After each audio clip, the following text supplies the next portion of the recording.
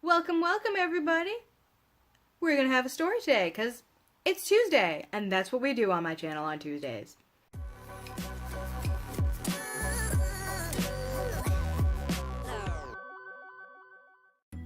Okay, so I had mentioned in a video I made talking about my fun experiences in college, I'll leave a link somewhere, that the college I went to was haunted.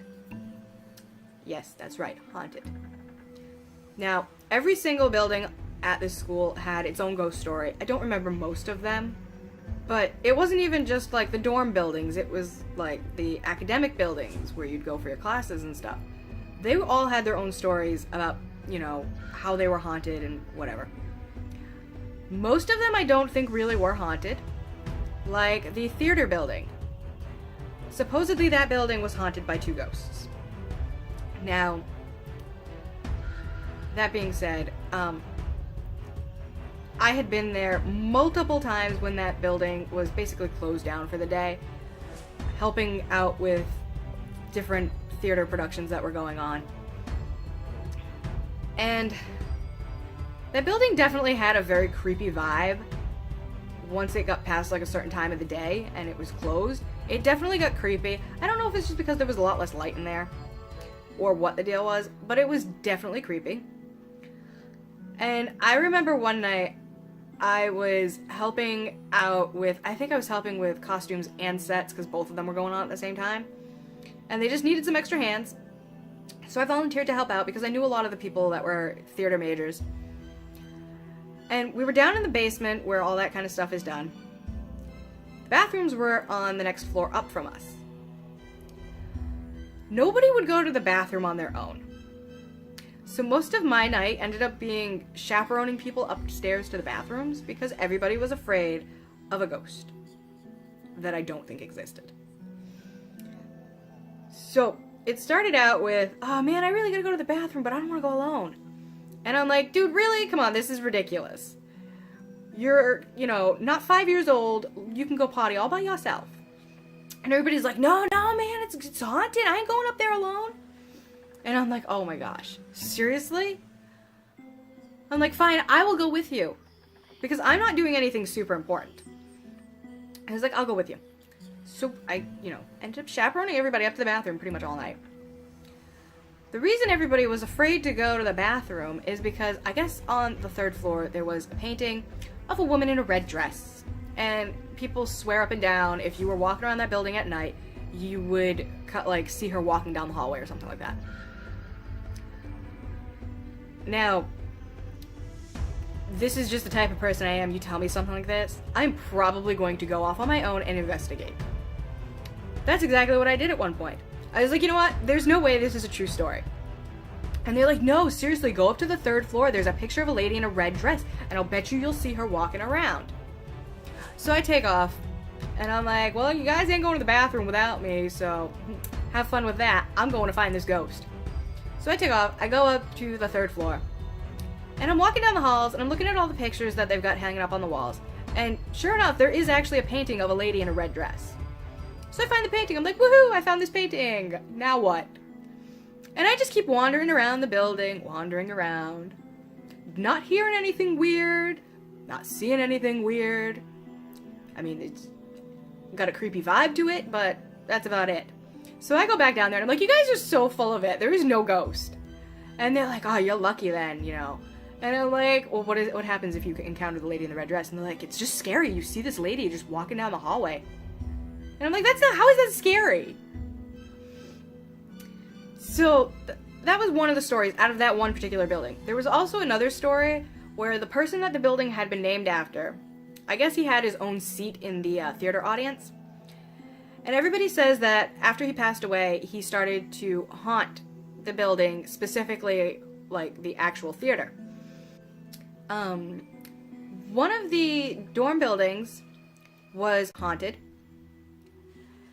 I personally never experienced this haunting. I spoke to a lot of people that swear up and down that it was a true story. This particular building, it was like long hallways and it was just dorm rooms off of a long hallway. And I guess, a while back, there had been a fire in that building. which there was actually a fire in that building. You could research it. There was a fire in that building. And the story goes that somebody was using a hot plate in their dorm room caught on fire, and that's where the fire started. But I guess in the process of this fire, the story goes a little kid was trapped inside of a dorm room and ended up passing away. That dorm room is no longer used. It is a janitor's closet. They say that in that hallway, you can randomly throughout the day and night hear what sounds like a little kid playing with a ball in the hallway. I personally spent a lot of time in that particular building and in a dorm room that was on the hallway that this happened in. It was actually right across the hallway from the room that caught fire and was turned into a janitor's closet.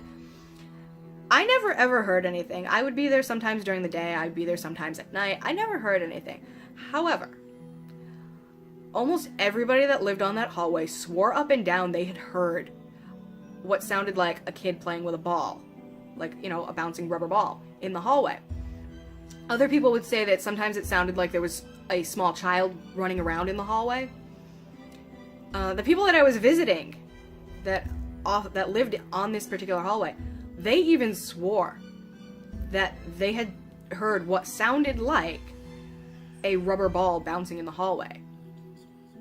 But if you opened the door, you would never see it. Like, a lot of times you'd open the door and there wouldn't even be anybody in the hallway. So nobody knows where that sound was coming from. I never experienced it. I did talk to a lot of people that did. But, you know, it could have been made up. The one that sticks with me the most is the one for the building that I lived in. And that is only because I personally experienced this stuff.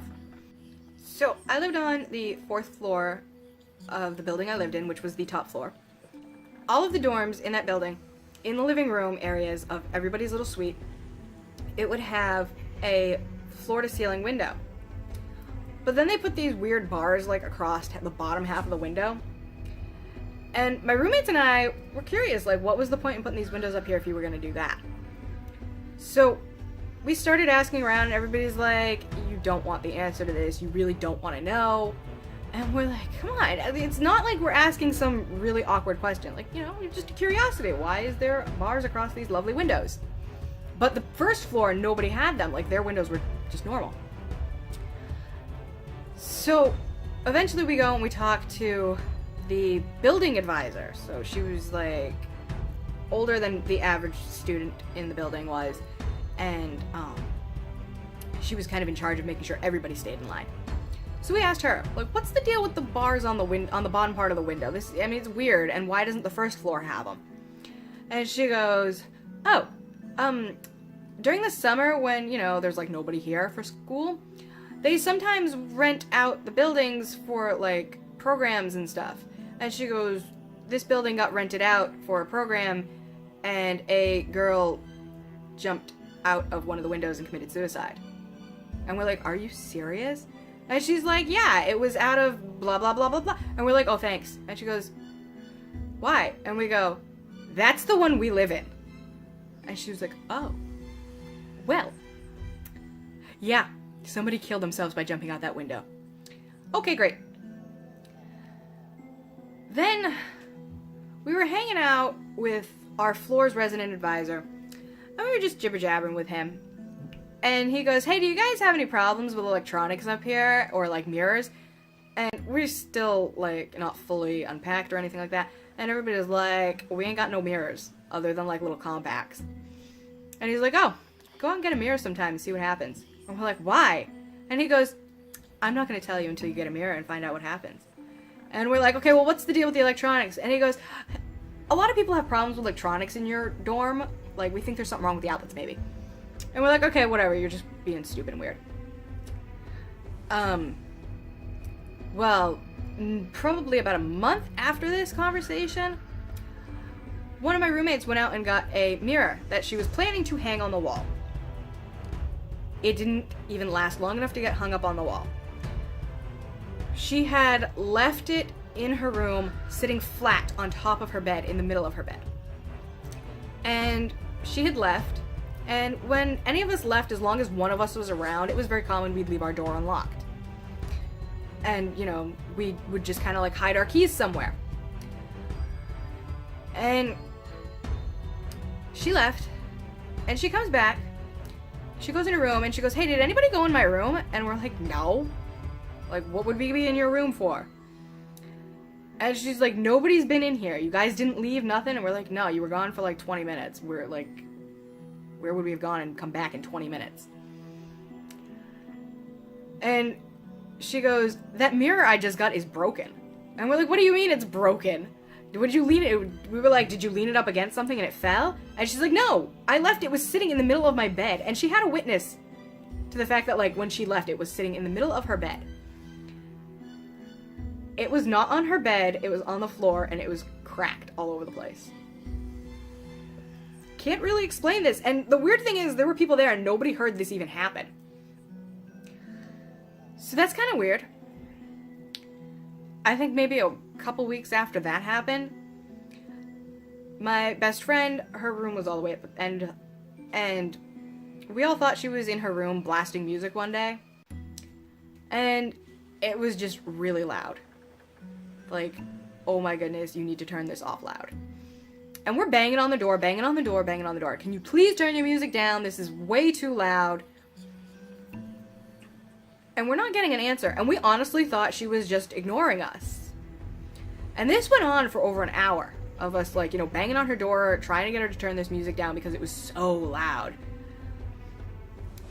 She comes waltzing in, and she goes, "Hey, who's playing music?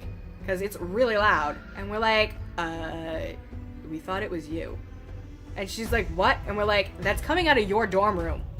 Now, she was the only one living in there, and her door had been shut, and there was no noise, and all of a sudden her stereo turns itself on, and we heard the volume turn up too. This is why we thought she was in there. Turns out there was nobody in that room.